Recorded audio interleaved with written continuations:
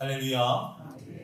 오늘도 우리가 하나님의 말씀 안에서 큰 은혜를 누릴 수 있기를 원합니다. 우리가 삶에서 나타내 보이는 삶의 방식, 태도, 가치, 선택은 우리가 무엇을 추구하고 무엇을 사랑하는지를 보여줍니다.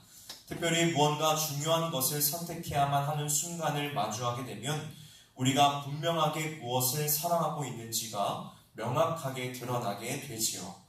오늘날을 살아가고 있는 사람들은 다양한 것들을 사랑하고 있습니다. 물질을 사랑하고 있고, 명예를 사랑하고 있고, 인기를 사랑하고 있으며, 가족을 사랑하고 있고, 건강을 사랑하고 있습니다.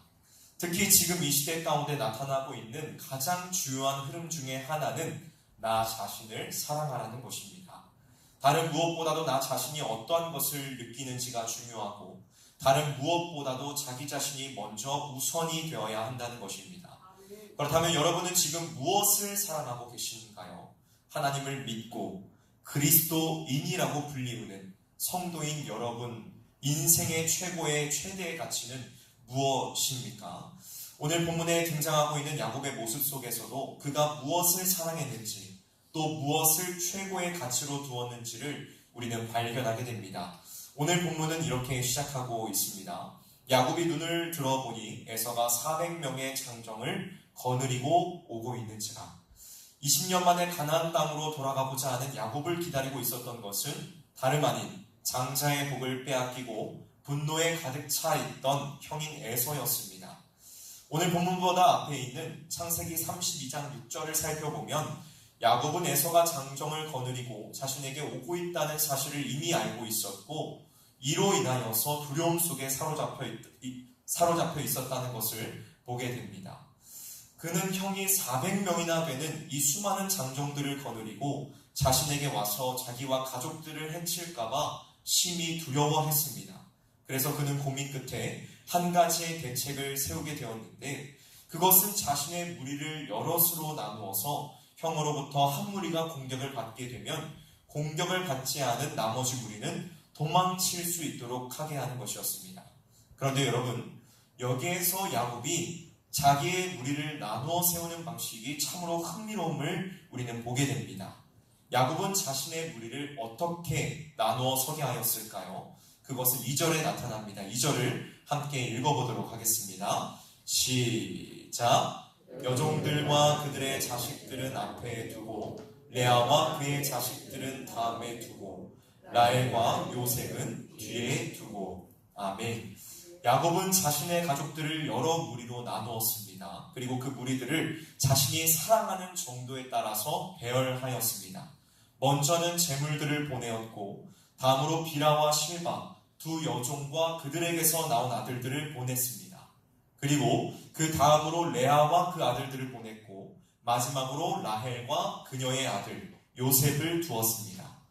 즉 야곱에게 있어서 재물보다는 비라와 실바와 그녀의 아들들이 비라와 실바와 그녀의 아들들보다는 레아와 그녀가 낳은 아들들이 레아와 그녀가 낳은 아들들보다는 라헬과 그녀의 아들인 요셉을 더욱 사랑했다는 것입니다. 야곱은 라헬과 요셉을 가장 사랑하였습니다. 그도 그럴 수밖에 없는 것이 야곱은 라헬을 얻기 위하여 14년이라는 기간을 외삼촌 집에 거하면서 자신이 누릴 수 있는 특권들을 모두 내어버리고 종처럼 지냈습니다. 그는 라헬이라는 이 한 여인을 얻기 위하여서 14년이라는 짧지 않은 기간을 종으로 살아가기를 마다하지 않았다는 것입니다. 또 요셉은 어떻습니까? 자신이 가장 사랑하는 여인 라헬과의 사이에서 태어난 아들이었습니다. 특히 라헬이 오랜 기간 아이를 갖지 못하던 중에 얻은 아들이라 야곱은 요셉을 더욱 귀한 아들로 여겼습니다. 여러분, 야곱에게 있어서 라헬과 요셉은 자신의 생명보다도 귀한 자들이었고 가장 사랑하며 자신이 가장 가치 있게 여기는 대상이었다는 것입니다. 그러나 하나님께서는 야곱이 가장 사랑하고 가치 있게 여겼던 것들을 계속해서 사랑하도록 내버려 두지 않으셨습니다. 그리고 그것들을 모두 하나씩 내려놓도록 하셨습니다. 창세기 35장에는 야곱이 그토록 사랑하던 아내인 라헬의 죽음이 그려지고 있습니다. 라헬은 막내인 베냐민을 출산하고 나서 남편인 야곱에게 그 어떠한 한마디의 말도 남기지 못한 채 그대로 목숨을 잃고 말았습니다. 또 창세기 37장에서는 사랑하는 아들인 요셉이 팔려가는 일이 기록되어 있습니다. 요셉을 시기하고 미워하던 형들은 그를 외국 상인들에게 팔아버리고 아버지에게는 죽었다고 거짓으로 보고하였습니다. 야곱은 나중에 요셉과 다시 재회하기까지 그가 죽었다고 생각하고 있었습니다. 마지막으로 창세기 43장에서 라헬의 생명을 주고 얻은 아들 베냐민도 애굽에 빼앗길 위기에 처하고 맙니다. 야곱은 애굽 총리의 말을 따르면 막내 아들마저도 잃게 될 것이라는 생각에 크게 괴로워하다가 결국엔 그를 형들과 함께 애굽으로 보내는 아주 중대한 결정을 내리게 됩니다. 이렇게 하나님께서는 야곱이 사랑하고 가장 가치 있게 여겼던 것들을 하나씩 하나씩 그에게서 가져가 그가 이 모든 것들을 내려놓을 수 있게 하셨다는 것입니다. 하나님께서는 야곱이 사랑하던 그 모든 것들을 점차적으로 내려놓게 하셨습니다. 그렇다면 이 일은 야곱, 이 한 사람에게만 일어나는 것일까요? 아니요, 그렇지 않습니다. 야곱의 할아버지였던 아브라함의 일생을 살펴보면 그도 마찬가지로 자신이 사랑하던 것들을 내려놓는 일들이 있었음을 보게 됩니다. 아브라함은 먼저 정착하여 생계를 꾸리고 살아가던 고향과 친척과 아버지의 집을 떠나 하나님이 명하신 곳을 향하여 가게 되었습니다. 그리고 그곳에서 사랑하는 조카인 롯과 아들인 이스마엘을 자신에게서 떠나보내는 일을 하였으며 심지어는 자기가 사랑하는 독자 이삭을 하나님 앞에 번제로 드리는 일에까지 나아가게 되었습니다. 어쩌면 아브라함은 자신이 사랑하고 가치 있게 여기던 것들을 하나씩 하나씩 내려놓게 하시는 하나님을 보면서 하나님이 이삭을 번제로 드리라고 하셨을 때에 드디어 올 것이 왔구나 라고 생각했을런지도 모르겠습니다. 아브라함은 하나님을 믿는 그 믿음 속에서 그분을 온전히 신뢰하였고 하나님은 그것을 그의 의로 여기셔서 그와 그의 후손을 통하여 놀라운 일들을 이루어 가셨습니다. 여기까지 말씀을 듣고 여러분들의 마음속에 이러한 의문이 드시는 분들이 있으실 수 있습니다. 오늘 말씀을 들어보니까 하나님께서 야곱이 사랑했던 것들을 조금씩 가져가시는데 내가 사랑하는 남편, 내가 사랑하는 아내, 내가 사랑하는 자녀들을 데려가시면 어쩌지? 이제 앞으로는 조금만 사랑해야 하나? 여러분, 이러한 걱정하지 않으셔도 됩니다. 하나님이 오늘 우리에게 말씀하시는 것은 너의 남편과 아내와 자녀를 사랑하는구나. 그럼 내가 그것을 가져가겠다라는 것이 아닙니다. 하나님께서 오늘 우리에게 말씀하시는 것은 진정으로 우리가 사랑해야 할 바를 사랑하라라는 것입니다. 그렇다면 여러분, 우리가 진정으로 사랑해야 할 대상은 무엇일까요? 오늘 우리가 두 가지를 나누기를 원합니다. 먼저 첫 번째로 우리는 하나님을 사랑해야 합니다. 하나님을 사랑한다는 것은 우리 모두가 가장 잘 알고 있는 일일 것입니다. 그러나 그것을 잘 안다고 해서 모두가 행할 수 있는 일도 아닙니다. 우리가 하나님을 사랑해야 한다는 것을 잘 알고 있으면서도 하나님보다는 세상을 더욱 의지하고 세상의 것들을 누리기를 더욱 즐거워합니다. 우리는 하나님을 사랑하면 이 세상 가운데에서 무언가 불이익을 당할 것만 같고 자유를 잃어버리고 속박당하고 얽매일 것 같은 느낌을 종종 받습니다. 그러나 여러분, 하나님을 사랑할 때야만이 우리는 참된 자유를 누리고 기쁨을 얻게 된다는 사실을 기억하실 수 있기를 바랍니다. 웨스트민스터 소요리 문답의 제1문은 인간의 최고의 목적이 무엇인지 우리에게 질문하고 있습니다. 여러분, 그 답을 잘 알고 계시죠? 무엇인가요? 인간의 최고의 목적은 하나님을 영화롭게 하는 것이며 그를 영원토록 즐거워하는 것입니다. 여기에서 우리는 하나님을 영화롭게 하는 것과 그분을 영원토록 즐거워하는 것이 별개의 것이라고 생각하기가 쉽지만 사실은 이것은 하나를 의미합니다. C.S. 루이스라는 분은 이것에 대하여 하나님을 온전히 즐거워하는 것, 곧 하나님을 사랑하는 것이 그분을 영화롭게 하는 것이다 라고 말하였습니다. 우리가 하나님을 사랑하고 그분을 우리의 인생의 최대의 가치로 여길 때에 우리는 하나님을 온전하게 섬길 수 있고 그분을 영화롭게 하는 삶을 살아갈 수 있습니다. 오늘날 한국교회에 하나님을 사랑하는 모습들이 점차 사라져감을 보게 됩니다. 하나님을 중심으로 하는 예배가 아닌 사람의 요구에 맞춰 예배를 드리며 겉으로는 하나님을 사랑한다 말은 하고 있지만 실제 그들의 모습 속에는 하나님을 사랑하는 모습들이 전혀 보이지 않는 것을 보게 됩니다. 그렇다면 여러분 우리가 한번 생각해 봅시다. 여러분, 우리라고 다를까요? 아니요, 그렇지 않습니다. 우리라고 다르지 않습니다. 그러므로 우리는 하나님을 사랑할 수 있게 도와달라고 하나님 앞에 간절하게 구해야만 합니다. 사랑하는 성도 여러분, 하나님을 사랑하십니까? 우리는 하나님을 사랑해야만 하는 존재로 지어졌습니다. 그러므로 말로만 사랑한다고 고백하는 것으로는 충분하지 않습니다.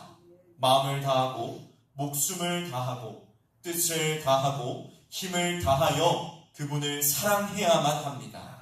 여러분, 하나님을 인생의 최대의 가치로 두고 그분의 크신 은혜를 구하시기를 바랍니다. 그리하면 선하시고 인자하신 하나님께서 우리를 불쌍히 여기시며 긍휼을 베푸실 것입니다. 영국의 청교도 목회자 리차드 백스터라는 분은 하나님에 대한 사랑은 영혼의 모든 기능을 완벽하고 가장 충만하게 향상시키는 것이며 그들이 추구하고 잘하고자 하는 다른 모든 은혜의 목적이며 종점이라고 말하였습니다. 사랑하는 우리 성실의 모든 가족들이 하나님을 사랑하며 하나님을 인생의 최대의 가치로 두고 살아감으로써 하나님께서 주시는 모든 은혜의 충만함을 누릴 수 있기를 주님의 이름으로 간절히 소원합니다. 축복합니다. 다음으로 우리는 하나님의 가족인 교회를 가슴에 품고 사랑해야 합니다. 첫 번째는 누구를 사랑해야 된다고요? 하나님을 사랑해야 한다 말씀을 드렸습니다. 두 번째는 무엇을 사랑해야 한다고요? 교회를 가슴에 품고 사랑해야 합니다.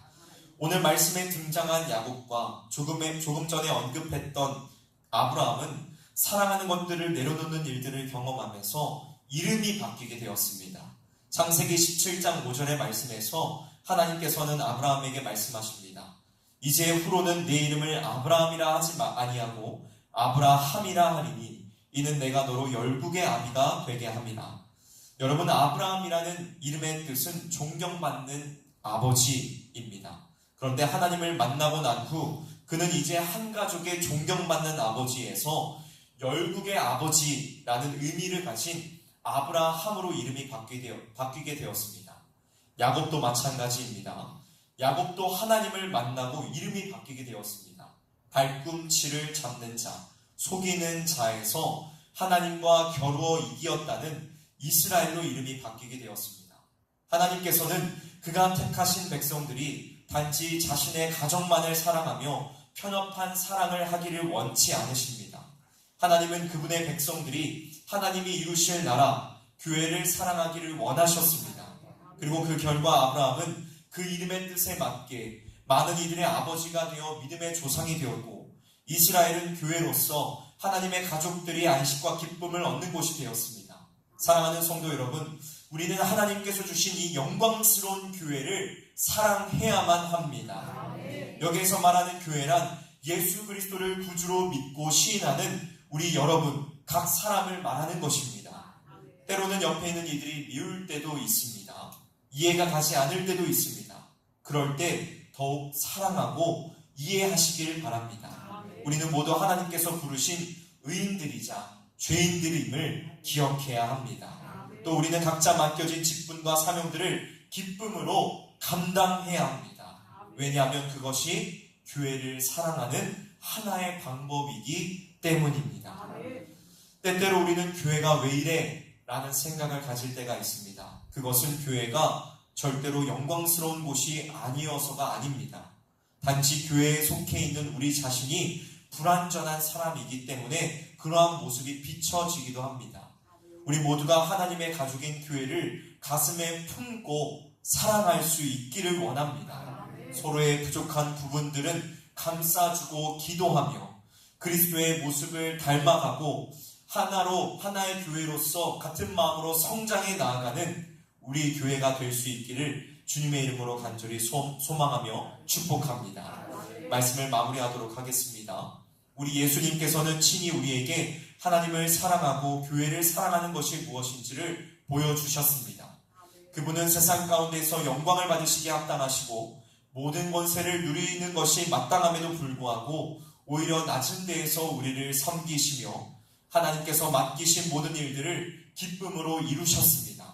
그분은 참혹하고 끔찍한 십자가를 우리를 사랑하시기에 지셨고 그 모든 구속 사역들을 기쁨으로 이루셨습니다. 우리가 주님의 제자, 그리스도의 도를 따라가는 그리스도인이라면 주님께서 보여주셨던 이 모든 일들이 우리의 일들이 되어야 할 줄로 믿습니다. 하나님을 사랑하고 하나님께서 주신 교회를 사랑함으로 그 놀라운 기쁨을 누리며 살아가는 저와 여러분들이 되시기를 주님의 이름으로 간절히 소원합니다. 함께 기도하도록 하겠습니다.